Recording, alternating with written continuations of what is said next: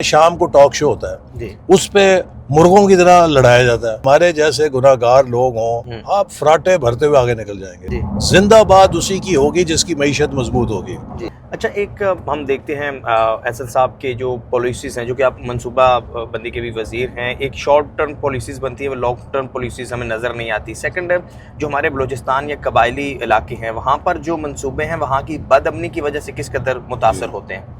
دیکھیے یہ کہنا درست نہیں ہے کہ پاکستان منصوبے نہیں بناتا لانگ ٹرم. جی میں نے خود ویژن 2010 بنایا اور اس میں ہمارا یہ ہم نے 98 میں 7 میں لانچ کیا اور ہمارا اس وقت ہدف یہ تھا کہ اگلے 12 سالوں میں پاکستان کو ایک اپر مڈل انکم کنٹری بنا دیں. 2 سال بعد ماشاء اللہ لگتا ہے وہ اٹھا کے اس منصوبے کو ردی کی ٹوکری میں پھینک دیتا ہے. اور وہ منصوبہ دنیا کے بہترین ماہرین نے اس کی تعریف کی تھی اور ساؤتھ ایشیا میں کسی کے پاس ویسا بلو پرنٹ نہیں تھا, لیکن ہم نے اس کو ترک کر دیا اور ہمارے ہمسایہ ملک نے اسی کے مختلف پہلوؤں کو لے کر اور ہماری اصلاحات کو لے کر انہوں نے ترقی پر آگے اپنا سفر جاری رکھا اور وہ آگے نکل گیا. پھر ہم نے ویژن 2025 بنایا جس پر بہت کامیابی کے ساتھ عمل درآمد ہو رہا تھا, لیکن 2018 میں ہمیں باہر نکال کے پھینک دیا گیا اور ایک ایسی حکومت مسلط کر دی گئی جس کے پاس نہ تجربہ تھا, نہ کوئی پلان تھا, نہ اس کی کوئی تیاری تھی, نہ اس کے پاس کوئی افرادی قوت تھی. ہر 6 مہینے بعد وہ اپنے وزیر بدلتے تھے, انہیں سمجھ نہیں آتی تھی کہ کرنا کیا ہے. اور وہ جتنی ہم نے 13 سے 18 میں مومنٹم بنایا تھا وہ سارا کریش ہو گیا اور ہم نے اس منصوبے کو ضائع کر دیا. اگر وہ جاری رہتا تو آج Pakistan would be among top 25 economies. دنیا کی پہلی 25 معیشتوں میں اگر ہم شامل ہو گئے ہوتے تو آج ہمارا چال چلن ہی فرق ہوتا. آج ہم دیکھیے کن مشکلات کا سامنا کر رہے ہیں. تو یہ سب ہمارے اپنے ماضی کی غلطیاں ہیں جن سے ہمیں سبق سیکھنا چاہیے, کیونکہ دنیا میں کسی ملک نے ترقی نہیں کی جب تک وہاں 4 چیزیں نہ ہوں: امن, سیاسی استحکام, پالیسیوں کے لیے 10 سال کا تسلسل اور اصلاحات کے ساتھ ایک مسلسل اس پر عمل درآمد کی کمٹمنٹ. تو آپ پیس, سٹیبلٹی, کنٹینیوٹی اور ریفارمز, ان 4 کو جب تک اپنے ملک میں دوام نہیں دیں گے, ان پر کنسنسس نہیں ہوگا, بہترین منصوبے آپ بنائیں. میں اکثر یہ کہتا ہوں کہ آپ پوری دنیا کے حاجی نمازی اکٹھے کر لیں, پوری دنیا کے نوبل لاریٹس اکٹھے کر لیں, لیکن اگر آپ کے ملک میں امن نہیں ہے, استحکام نہیں ہے, پالیسیوں میں تسلسل نہیں ہے اور آپ اصلاحات کے راستے پہ نہیں چلیں گے, آپ 1 انچ آگے نہیں بڑھ سکتے. لیکن اگر ہمارے جیسے گناہ گار لوگ ہوں اور اوسط درجے کی افرادی قوت ہو, امن ہے, وہاں پر استحکام ہے, پالیسیوں میں تسلسل ہے اور اصلاحات پہ آپ کاربند ہیں, آپ فراٹے بھرتے ہوئے آگے نکل جائیں گے.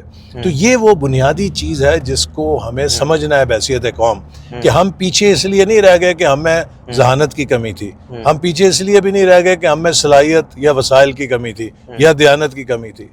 ہمیں اگر کمی تھی تو ان دیگر ممالک کے مقابلے میں ہم نے استحکام اور پالیسیوں کے تسلسل اور اصلاحات کو مسلسل جاری رکھنے پر سفر نہیں رکھا. ہم بس یہی جسے کہتے ہیں نا T20 یا T10 کے میچ میں پھنس گئے.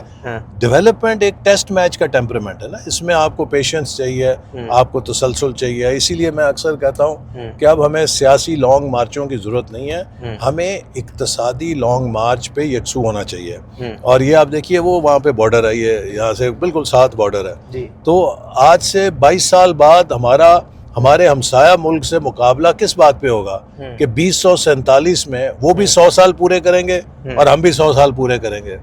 ان کا کیا بیانیہ ہوگا, ہمارا کیا بیانیہ ہوگا. میرا یہ ایمان ہے کہ اگر ہم اگلے 22 سال امن, استحکام سے, پالیسیوں کے تسلسل سے چلیں, ہم اپنے ہمسایہ ملک کو بہت پیچھے چھوڑ سکتے ہیں. اس لیے کہ آنے والا وقت جو ہے نا وہ انوویشن کا دور ہے, تبدیلی کا دور ہے, ریفارم کا دور ہے. آپ سمجھیے کہ 1.5 ارب کی آبادی ایک ویل ہے اور ہم 24 کروڑ کی آبادی اس کے مقابلے میں ایک شارک ہے. تو شارک تو بڑی تیزی کے ساتھ اپنا راستہ نکال سکتی ہے نا. تو shark can beat the whale in 22 years, بشرطے کہ ہم یہ جو مرچ مسالہ والی سیاست, اور دیکھیں نا شام کو ٹاک شو ہوتا ہے اس پہ مرغوں کی طرح لڑایا جاتا ہے, اور کسی بھی ٹاک شو کا ایسا موضوع نہیں ہے جس پر ہمارے آنے والے کل کا انحصار ہے. ہمارے آنے والے کل کا کس بات پہ انحصار ہے جی. کہ ہم کس تیزی سے برآمدات کرتے ہیں. جی. ہمارے آنے والے کل کا انحصار ہے کہ ہم ٹیکنالوجی کو کس تیزی سے اختیار کرتے ہیں اور اس میں اپنی تیاری کرتے ہیں. ہمارے آنے والے کل کا انحصار ہے کہ ہم موسمیاتی تبدیلیوں کے پیش نظر اپنی خوراک اور پانی کی سیکیورٹی کو کیسے یقینی بناتے ہیں. آنے والے کل کا انحصار ہے کہ ہم اپنی توانائی کی ضرورت کو پورا کرنے کے لیے کیسے ارزاں توانائی حاصل کریں گے. ہم اس خطے میں انفراسٹرکچر کے ذریعے خود کو کیسے جوڑیں گے. آنے والے کل کا انحصار ہے کہ ہماری افرادی قوت، ہماری تعلیم، ہماری صحت اور ہماری آبادی کی بڑھنے کی شرح کیا ہوگی. اس پر کوئی بحث نہیں ہے. آنے والے کل کا انحصار ہے کہ ہم خواتین کو 23% شرح جو ہے ورک فورس میں اس سے بڑھا کر 50% پر کیسے لے کر آتے ہیں. آپ کی آدھی آبادی اگر پیداواری صلاحیت کے ساتھ شامل نہیں ہوگی معیشت میں تو آپ ترقی نہیں کر سکتے. 60% نوجوان ہیں، ان کو کیسے جدید سکلز دینے ہیں، ان کو کس طرح اچھی تعلیم کے ذریعے پروڈکٹیو بنانا ہے. یہ وہ موضوعات ہیں، میں سمجھتا ہوں کہ ان پر ہم جتنی بھی بحث کریں کم ہے. لیکن آپ دیکھیے ہمارا آج بھی جو نیریٹو ہے وہ پولیٹیکل ہے اور انہیں ہم زندہ باد مرد آباد میں پھنسے ہوئے ہیں. زندہ باد اسی کی ہوگی جس کی معیشت مضبوط ہوگی.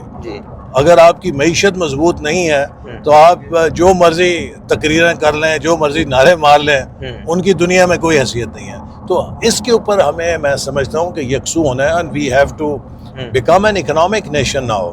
ایک معاشی اور اقتصادی قوم بن کر ہمیں اپنا سکہ دنیا میں منوانا ہے. میڈ ان پاکستان کو ایک کوالٹی کا برانڈ بنانا ہے. اپنی افرادی قوت کی پہچان اس کی ذہانت سے، اس کی محنت سے دنیا میں کرا کے پاکستان کو دنیا کے سامنے ایک پروڈکٹیو نیشن کے طور پہ پیش کرنا ہے. یہی مقصد ہے جس کے تحت ہم نے اڑان پاکستان کو ترتیب دیا ہے اور اس کے ذریعے ہم کوشش کر رہے ہیں کہ پاکستان کی اس اڑان کو ہم انشاءاللہ دوام دیں، اس کو پائیدار بنیاد پہ کھڑا کریں تاکہ جیسے ماضی میں ہماری اڑانیں کریش ہوتی رہیں یہ کریش نہ ہو.